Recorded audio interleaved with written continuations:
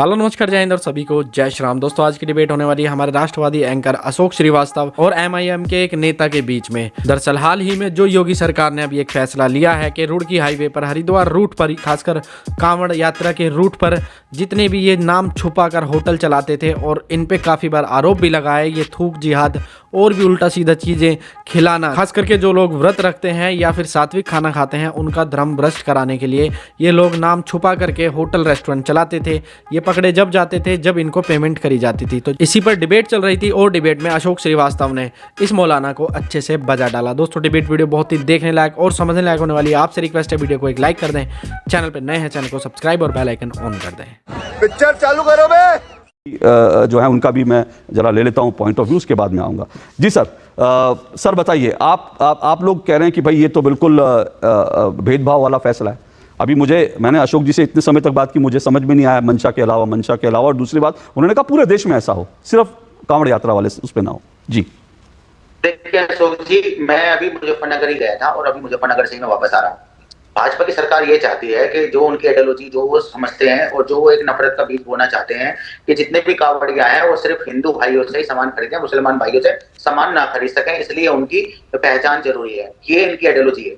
दूसरी बात ये है कि आपने अभी देखा होगा जो बुलडोजर की कार्रवाई चल रही थी, योगी जी के खिलाफ कितने सारे विधायक और कितने सारे एमपी लोग आ गए जो उनके इन सब चीजों के कार्य के लिए उनको क्रिटिसाइज कर रहे हैं और उनकी आलोचना भी कर रहे हैं। सरकार का ये काम नहीं होता कि भेदभाव किया जाए, सरकार का काम होता है कि सबको साथ लेके चला जाए। अभी बीजेपी के एक नेता कह रहे थे अभी कल ही बंगाल के जो सर हाजी मेराउद्दीन साहब, हाजी रंगरेज साहब प्लीज सुनिए प्लीज, बात को इधर उधर ना ले जाए। देखिए मैं फिर कह रहा हूँ, सेंसिटिव विषय है, आप लोगों ने इतने जोर शोर से उठाया, तो मेरे दर्शकों को कोई तर्क तो दीजिए कि इस डिबेट में समझ आए कि ये असंवैधानिक फैसला है। आप ये कह रहे हैं कि आपने भी फिर वही कहा कि बीजेपी अपनी आइडियोलॉजी वाला, ये वाला वो वाला। मैं ये जानना चाहता हूं कि आपने कहा ये भेदभाव वाला एक समुदाय को टारगेट करने वाला है। कैसे समुदाय को टारगेट करने वाला है? वहां तो अशोक श्रीवास्तव को भी अपना नाम लगाना है, अशोक यादव जी को भी लगाना है, हाजी साहब को भी लगाना है, बाकी सबको भी अपने नाम लगाना है। कोई सिख बंधु होगा उसको भी। तो ये भेदभाव आपको क्यों नजर आया? देखिए अशोक जी, मैं अभी मुजफ्फरनगर से आ रहा हूँ। मैंने आपने शायद सुना नहीं होगा, मैंने बताया आपको, वहां पर जो भी मकान, जिसकी भी दुकान होती है, लोन, आप अगर किसी लोन लेने जाएंगे तो आपके पास जो है दुकान होगी, मकान होगी, तभी आपको कोई लोन मिलेगा और उसकी ओनरशिप भी होती है। तो मैं ये बताना चाहता हूँ, कोई नाम छुपाकर ऐसी कोई गतिविधि नहीं होती। मैं अभी देख कर भी आया हूँ, सबके नाम बोर्डों पे लिखे होते हैं, बड़े बड़े अक्षरों में लिखे होते हैं। सर क्या आपत्ति है फिर? प्रोपेगेंडा फैलाते हैं। क्या आपत्ति है सर? मैं तो बड़ा हैरान हूं सर, आप भी कह रहे हैं कि पहले से लगा होता है। अगर लगा होता है और अब कह दिया तो उसमें क्या दिक्कत है? विभाजन करना चाहती है। अरे कैसे भाई, अभी आप कह रहे हैं कि पहले ही लगा होता है। सर आप लोग मुझे लगता है कि मैं फिर कह रहा हूं, जो आप लोगों के नेताओं ने बड़े बड़े बयान दिए, आप उसके पक्ष में कुछ तो बताइए। क्योंकि क्या होता है ना, मैं आपसे ही बता रहा हूं, देखिए होता क्या है, अखिलेश यादव हो, मैं अपने दर्शकों को भी बता रहा हूं, अखिलेश यादव हो या फिर बाकी लोग हो या असदुद्दीन ओवैसी साहब हो, ये सब लोग आते हैं टीवी पे बाइट देकर चले जाते हैं और एक बड़ी सी बाइट देंगे, दिन भर वो बाइट चलती रहेगी और एक जो है नैरेटिव बनने लगेगा। लेकिन मैं तो आज बैठ के पूछ रहा हूं उनके प्रवक्ताओं से कि भाई बताओ, वो जो बाइट दी गई थी नैरेटिव बनाने के लिए, वो कैसे है भाई? संविधान के खिलाफ कैसे है? ये भेदभाव कैसे है? अभी आप कह रहे हैं, अभी सुनिए मेरी एक बात सुनिए, आपने कहा आप मुजफ्फरनगर से आए थे, सर मैं भी अभी हरिद्वार से आया था। इससे बात साबित नहीं हो जाती है संविधान के विरुद्ध है। और आपके लिए मेरे पास एक और तोहफा है सर, ये देखिए मेरे पास एक खबर है। मतलब आप तो कह रहे हैं कि भेदभाव वाली, मेरे पास एक खबर है। ये खबर क्या कहती है? Purchase from shops owned by Muslims for Ramzan, AIMIM party treasurer. आपकी पार्टी के जो ट्रेजरर हैं, कोषाध्यक्ष हैं, ये उनका बयान मेरे हाथ में है। उन्होंने कहा कि भैया रमजान के दिनों में सिर्फ और सिर्फ मुस्लिम दुकानों से सामान खरीदें। मुझे नहीं मालूम ओवैसी साहब ने पढ़ा नहीं पढ़ा।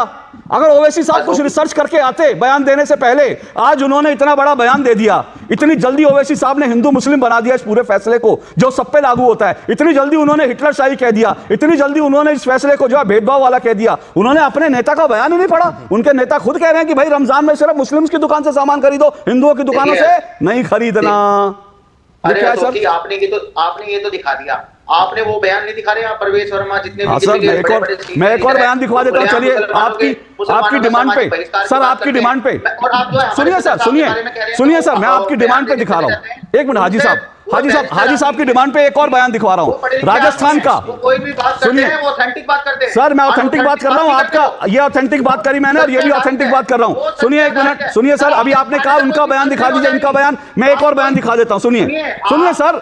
अरे सुनिए तो सर, मैं एक और बयान दिखा देता हूं। आपने कहा ना कि उनका बयान उनका बयान, मैं एक और बयान दिखा देता हूं। ये बयान किसका है? अजमेर दरगाह के चिश्ती का है।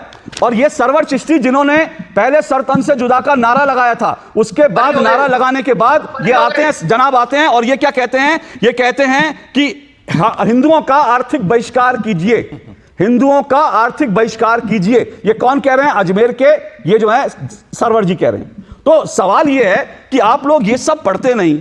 और मैं एक और चीज दिखा देता हूं सर।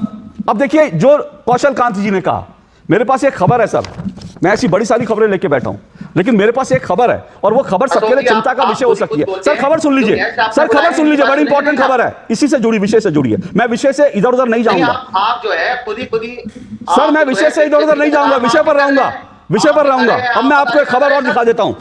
वो खबर क्या है? सर सुनिए तो सही प्लीज, मैं आपको मौका दूंगा। अभी मैं खबर दिखा दूं फिर मौका देता हूं, मैं खबर दिखा दूं फिर मौका देता हूं। ये खबर क्या है? ये खबर गुजरात के सूरत की खबर है। और गुजरात के सूरत की खबर ये क्या कहती है? समोसे में गौमांस भरकर बेचता था शख्स, समोसे के अंदर गौमांस। गुजरात सूरत की खबर है ये। अब अगर इन तमाम खबरों के बाद कोई अगर ये आदेश जारी करता है कि भाई हिंदू मुस्लिम सभी अपने नाम को डिस्प्ले करें, तो ये उसके बाद उपभोक्ता की पसंद है। मैं कंज्यूमर, मेरी पसंद है, मेरे पास 10 नाम लिखे हैं, 15 नाम लिखे हैं, मेरी पसंद है, मेरी चॉइस है। मैं किसी से खरीदूं, मैं राम से खरीदूं, श्याम से खरीदूं, अनवर से खरीदूं, अहमद से खरीदूं, ये मेरी चॉइस है। और कंज्यूमर को चॉइस है, कंज्यूमर को तो कंज्यूमर ये चॉइस देते हैं। अब आप बोलिए सर। अशोक जी, आप ये है कि आप गोवा में जाइए, आप बंगाल में जाइए, वहां पर खुलेआम गौ कसी होती है और उनका मीट जो है वो खाया जाता है। मगर जो मुस्लिम एरिया, जो बार बार मुसलमानों को जो टारगेट किया जा रहा है, अभी कितने सारे केस में रिपोर्ट आपको भेज देता हूं, कम से कम इतने सारी रिपोर्टें हैं जो नेशनल अखबारों में आई है, जिसमें हिंदू खुद गौमांस को है। और मोहन भागवत जी ने भी खुद भी कहा, सर हिंदू गौमांस खाए ना खाए वो उसकी मर्जी है। आप समोसे में गौमांस नहीं खिला सकते। आप समोसा कहकर गौमांस नहीं खिला सकते, ये उसकी मर्जी है। कोई गौमांस खाता है नहीं खाता, ये उसकी मर्जी है, लेकिन समोसे में गौमांस भर कर नहीं दे सकते। गजब बात कर रहे हैं आप, गजब बात करते हैं। अरे समोसे में गौमांस भर के देंगे क्या आप?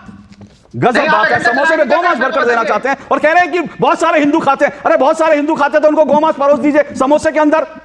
कमाल करते हैं साला। सरकारें परोस रही हैं। अरे तो सरकारें परोस रही, तो आप मतलब आप समोसे में परोसोगे, नाम होगा समोसा, अंदर होगा गौमांस, और फिर आप कहोगे मेरा विरोध क्यों हो रहा है, उसको गिरफ्तार क्यों किया गया? यही दिक्कत है इन लोगों के साथ। अरे सर आपके साथ यही दिक्कत है सर आप लोगों के साथ।